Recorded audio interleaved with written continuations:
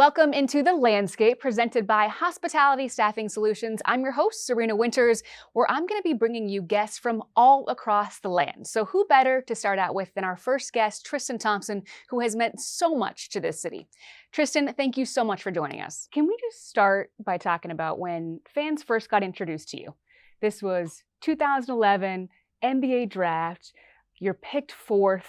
Kyrie Irving's picked first. You know, it's your first real introduction to the city. What do you remember about that time?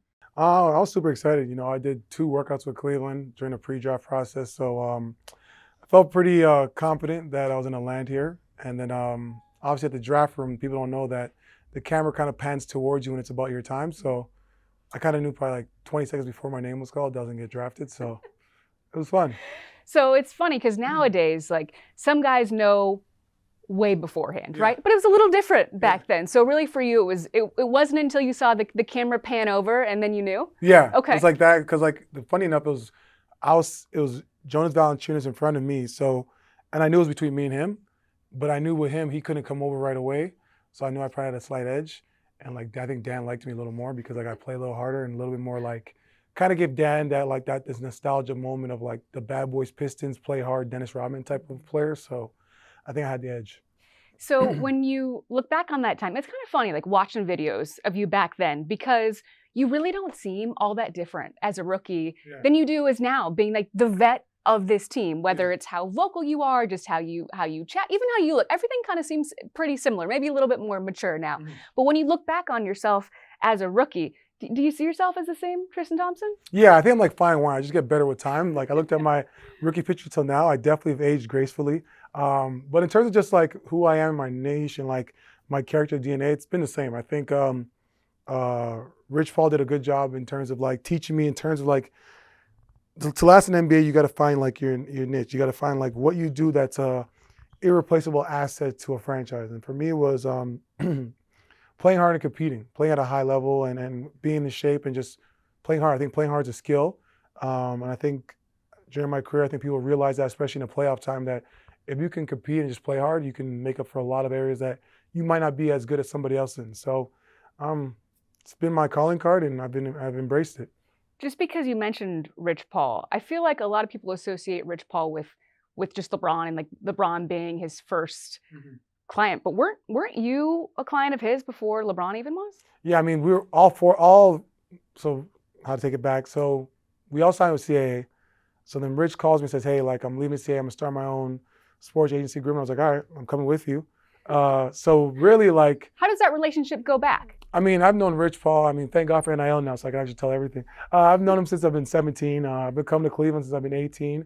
I've been in this facility playing pickup with guys like Danny Green, Jamario Moon, Darnell Jackson. Like, I've been in this facility way before like I was even like declared for the draft. So I was always familiar with Cleveland. I was coming to Cleveland since I was 17, so I was very familiar with, you know, XO Steakhouse, Reds, Beechwood. I remember Beechwood back when they had, I mean, Valet was at the Saks Fifth. Like I remember, like I was coming here a long time ago. So Cleveland's always been a home away from home, just because my dynamic with Rich and Bron. So like we said, I was one of the first people to sign with Clutch. The first 4 was myself, Corey Joseph, Eric Bledsoe, LeBron. Us 4 were the first 4 guys to leave CAA to go with Clutch, and you know, we believed in Rich, and now that he's you know, doing $1 billion worth of contracts yearly. When we return, more about how Tristan's first few years impacted his entire NBA career, plus the magical 2016 NBA championship run, that and more on The Landscape, presented by Hospitality Staffing Solutions. The Cleveland Cavaliers select Tristan Thompson from Toronto, Canada, and the University of Texas. You knew, you had a feeling about this city then before you were drafted here, right? So, you know, going back to before you were drafted, and you think about kind of the fandom here and what everybody's thoughts were like on the Cavs. I remember, you know, it was tough before you got drafted, right? Like Cleveland was in it. You know, Cavs fans were in it, right? And you get drafted, Kyrie gets drafted, and it almost felt like, all right, there's a sense of resurgence here. Did you feel that coming in? Yeah, because I've been to a Cavs playoff game against Orlando when Orlando beat the Cavs. I think that was the conference finals, maybe, or whatever it was, when Bron hit that shot. I was at that game. So I saw when the city was at its all-time high and the peak of LeBron's career and the peak of the city. So obviously when me and Kyrie got drafted, we could tell that the city definitely took a hit, especially like the downtown area. How much fun was it to get drafted with Kyrie? And talk to us about like your relationship, because not everybody gets to get drafted, have a rookie with them and coming up into this. Yeah, I've known Kyrie since when I went to school at St. Benedict's Prep, so 2009. That's when he transferred to St. Pat's. So we played against each other. And then obviously we were in the same high school class. So we saw each other at camps and stuff. So we already had a relationship, just us both being in New Jersey and having mutual friends and knowing a lot of the same people. So us getting drafted together was amazing. I think, you saw how talented and I was super happy for him. And, as a big, you want to play with a guard that is talented, and he was definitely that. And he'd throw me pocket pass and lobs, so I was eating off his double teams and when they pressure him. So it was fun. And, where he's gone in his career, and, he's definitely easily probably top 5 most talented players ever touch a basketball. And you see what he does each and every night, even now in Dallas or in the finals last year. Like, it's amazing to watch, and I'm so glad that he was able to spend time here and us win a championship together. We always tell him he's my draft brother, so we always have that bond. You fed off of him off the court too. I was looking at some video, and after he won the 3-point contest, you're interviewing him. Like you started this media thing pretty young. This is here, Tristan Thompson. We're in Houston. Foot Locker 3-point champion, Kyrie Irving. He's doing his thing on the court. I'm doing my thing off the court. You can see. And we're out. Started early. I was prepping the mic early. So. How did you feel comfortable as a rookie? Because I feel like it takes a minute for a lot of guys coming up to get comfortable with the fact that their life is, under a microscope and all of that now. Yeah, I think I give a lot of credit to my mom. I think she was just always an outgoing person with a high personality, high spirit. She was kind of never uncomfortable. She was always the life of the party. So for me, I kind of just took that same DNA, come to work with a smile on and just be myself. And, who I am as a person, people gravitate towards and love. So I think that's why it's worked out for me. And I think that's why I've been in this position for as long as I've been in. When you think back to those first years where, there wasn't a ton of wins happening your first couple of years here, right? No. But it was really entertaining though, right? Like Yeah. It was still fun to be a part of. It's one thing to be a part of a team that's going through it and you can't feel like not only the entertainment factor, but there was a feeling that something was special, was still on the horizon, right? And then, your 4th season, LeBron comes here. You have 4 straight finals runs, championship, all of that. But when you think back to the first few years, did you get a sense that you guys were building for something special? Because once you got to those finals runs, there were things that happened that I don't know if they would have happened if you didn't have that experience that you had your first few years here, both you and Kyrie. Yeah, no, I think you got to first of all give a lot of credit to Chris Grant. He drafted myself and Kyrie. The way he set up this team in terms of creating cap space and leverage by when the time does come for potential to bring LeBron back, he made sure the roster had the space and had enough assets to go get other guys as well. So I give Chris Grant a lot of credit with that. But like you said, even though we didn't get a lot of wins, we got some good quality wins. Like we always beat OKC. We always beat Oklahoma City. When they had Harden, Westbrook, and KD, we always beat them. We beat the Knicks in the Garden. Like we always had quality wins. And I think Bron would always tell me he'd always watch all the Cavs games because I think in the back of his head he knew that the Miami thing was probably just a temporary situation. So I think for us, we use that as motivation to kind of just get ourselves ready so that if the opportunity does come and he does come back, we are developed and mature enough and have enough games on our belt in terms of like being able to contribute so that we can help them, achieve the goal of bringing Northeast Ohio their first NBA championship. Hey, those Byron Scott years too in training camp, those were tough, huh? Those are tough years. I give a lot of shout out to B. Scott. I think B. Scott was great for me and Kyrie. I think for us as rookies and understanding what it takes to be pros, I think having a guy like Byron Scott was huge in terms of we were always gonna be the most conditioned team. Whether it was an easy run, running for 20 minutes straight with the hands above our head and, 2-a-days and practicing for 2.5 hours and defensive slides, I think it just builds a good foundation. I think that's somewhere that a lot of franchise lack in terms of what their young guys But the NBA is different now, right? I think back then it was more so like ground pound, punching the clock and get your hands dirty.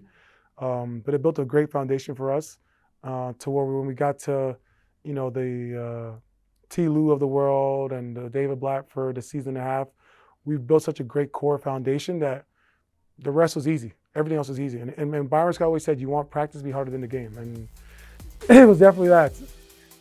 When we return, Tristan Thompson goes more in depth about the important role he's played on so many different teams throughout his career.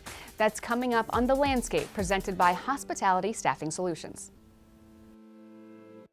You can't go under. You got to go over. No! Yeah! Yeah! Good job. Man, y'all better get y'all spirit right. I can't be the only one standing up. Watch the height. Watch the height. Keep eating the glass up. They're super weak in the paint. Once AD's out the game, the paint's always open.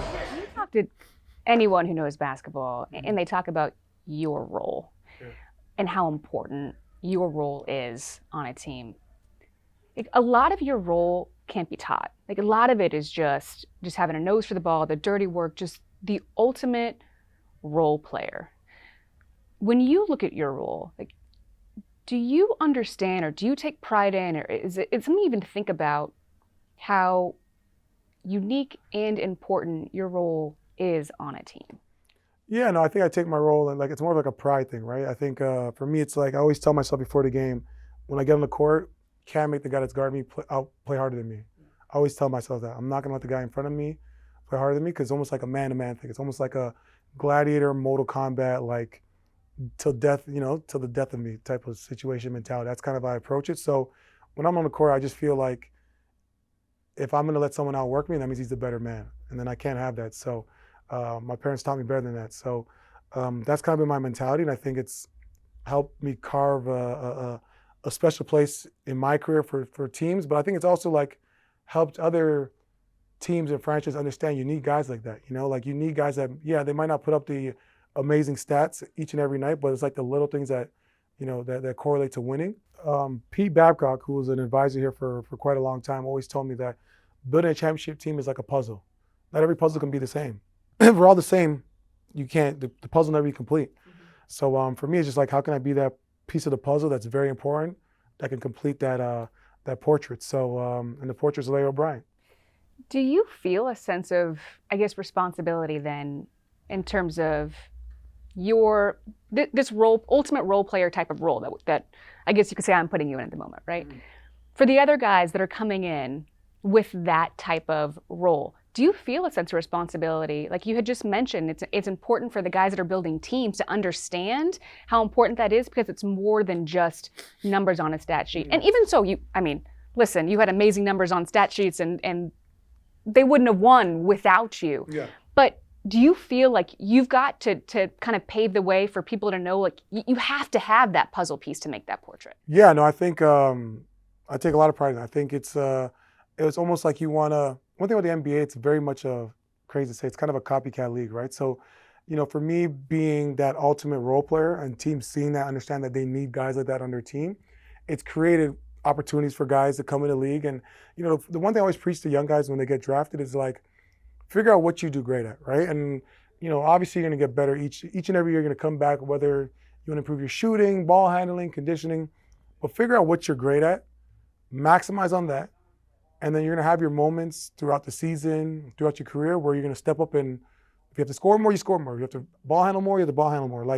But figure out what you're so great at to be that great ultimate role player. And then your role will blossom as time goes on. As the teams change, guys might get traded, guys might sign somewhere else. So you might go from just being a 3-and-D guy to now, hey, we need you to make plays off the dribble and be more of a 3-level scorer for us. But in the moment when you're a 3-D guy, still work on your game on the other aspects. So if your time does come, you'll be prepared for it. Because one thing about the NBA, it's we're gonna give you a role now, but your role might change each and every year. But it's not like they give you a heads up. Yeah. So you got to almost be ready to flip the switch and audible, because then if you're not, then they'll just put you back in that box and they'll just label you that for the rest of your career. So you got to always be working even when they think you're not working. And now you're in a position where you get to teach that to the younger guys coming in. Mm-hmm. So what do you take away the most in terms of what you're trying to teach the next generation that's coming in about that? I'm a big pay it forward guy. I've been very fortunate to have, 3 really good vets that helped me my first year. Was Antoine Jameson, Anthony Parker, and Anderson Varejao. Funny enough, all 3 of these guys are still in the NBA cycle. Obviously Andy's with our team on the front office side, doing great stuff in the community internationally. Anthony Parker, he's the GM of the Orlando Magic, having great success. And Antoine Jameson, he's doing scouting, and Antoine's made a lot of money, so he can pick and choose what kind of roles he wants. But all those guys were amazing pros and veterans for me because they taught me how to be a pro, how to approach the game, and how to kind of just leave a great taste in everyone's mouth where people want to have you around. And I think I'm now in a position where I'm basically in their position when they were for me to give that to these young guys, because I think that's something very important. I think that's something that can stick with guys for a long time, because you don't know how long you're going to play in this league. And you've seen guys, use Udonis Haslem as an example. When Dwayne Wade retired, he thought he was going to retire, but he ended up running off 4 or 5 more years just because he was just a great human being. He was great for the locker room. He gave him that dynamic that bridged coaches to players. So those stuff are important. And I think for a guy like myself, it's like those things are sometimes where teams are like, yo, we need you back, because what you bring is something that coaches can't bring each and every night. But also there's not a lot of players like you that can come and demand that respect and kind of bring this as a whole, especially with what we're doing in Cleveland. We're trying to win another championship, right? So I think all these different layers are important to get to that place. You are the only guy that has really seen the full 360 of this organization, Mm-hmm. from being drafted here to the championship years, and now you're back in that time of kind of the excitement, right, that you saw early in your career, Yeah. right? So what is that like for you to be a part of a full 360 part change like this? I've been through a lot of cycles, a lot of cycles. Like you said, going from trying to just draft well and draft really good, talented young guys to being at the championship level, to then going back to drafting young guys to being back at a contender level. It's a great, humbling experience, because not a lot of guys get to see multiple cycles in life in this NBA world. You either start bad, you might get to the good and then you just retire, or you might start good and go bad and you retire. So the fact that I was gone bad to good to bad to competitive, now really good again, it's I guess I'm doing something right, that they Kobe and them and Dan have had a love for me that I truly appreciate, to have me back here and be a part of something special to help these guys that haven't had that experience here in Cleveland, to show them what it takes, and I'm very honored for that. Next on The Landscape, presented by Hospitality Staffing Solutions, it's more than just basketball for Tristan Thompson. Tristan opens up about a very important cause in his life.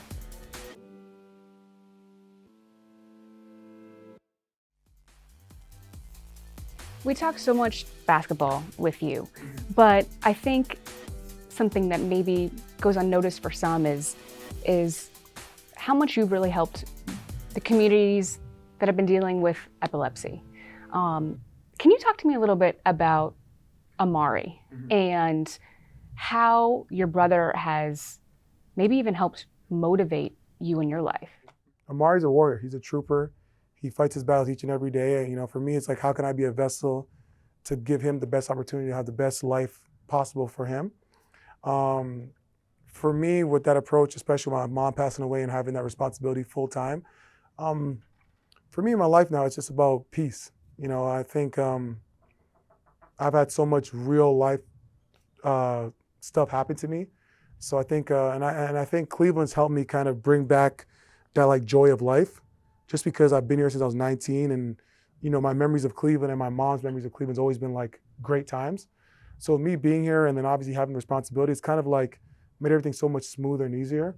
So for me, it's just how can I be a vessel and a voice to help people understand about epilepsy and teach them, because obviously it has a stigma that seizures, and people get a very What do you think that stigma is, and what can you help to kind of erase that? Yeah, I think for me, it's just education and teaching people. I think a lot of people that have family members that are epileptic kind of shy away because they feel embarrassed with the seizures, because, whether you're in public and it happens, it's a very traumatic, scary moment. But I think for people that have loved ones that are going through that in that moment in a public setting, it makes you kind of go into a turtle shell mentality, and you kind of want to just like alienate yourself from like the public. But for me and my voice and my platform, I try to just tell people like, you don't have to do that. You know, like it's better to go out and speak about your story or what you've been doing for your loved one to help them, because you realize the community is so big. And I feel like the more you talk about it, the more you hear the stories where you can piggyback and learn from people. Like it's no different in like basketball. It's no different in life. Like the pay it forward mentality, be a sponge, you learn more, right? So I take that same approach where veterans that I played with taught me something. I was a sponge, give it to these young guys. I correlated with epilepsy. I went through what I went through with me and Amari and my mom, and I want to talk about that to other families so they understand. And I think it's also a good way where people know that it's anyone can go through trauma in their life. No one gets exempt from it. The one thing about health, it's there's not a price tag for it. You can't pay for it. If it happens, it happens. It's part of the walk of life. But it's how you approach it and how you deal with that battle each and every day is what truly tests your character. Yeah, it's also what matters, right? Puts life in perspective, right? Of course. Tristan, really appreciate your time. Yeah, no, thank you so much. Appreciate it.